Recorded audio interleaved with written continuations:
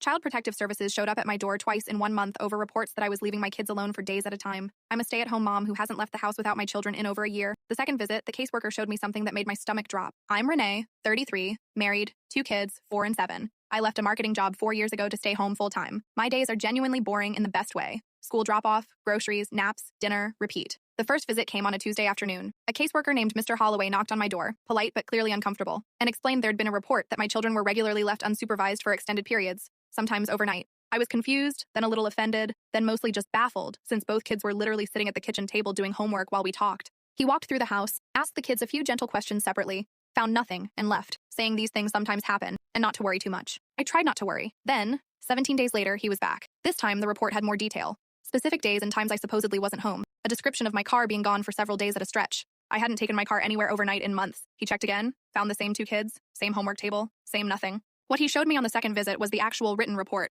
or at least the portion he was allowed to share. It included a description of my daily school pickup routine, accurate down to the time. It mentioned my husband's work schedule by name of his employer. It mentioned that I'd recently stopped attending a mom's group at our church, which was true. I had stopped going about 2 months earlier. I sat with that for a while after he left. Whoever wrote this knew small, specific details about my actual schedule, not generic guesses. I started keeping a simple log, just noting anyone who'd been around the house, anyone who'd asked unusual questions about our routine.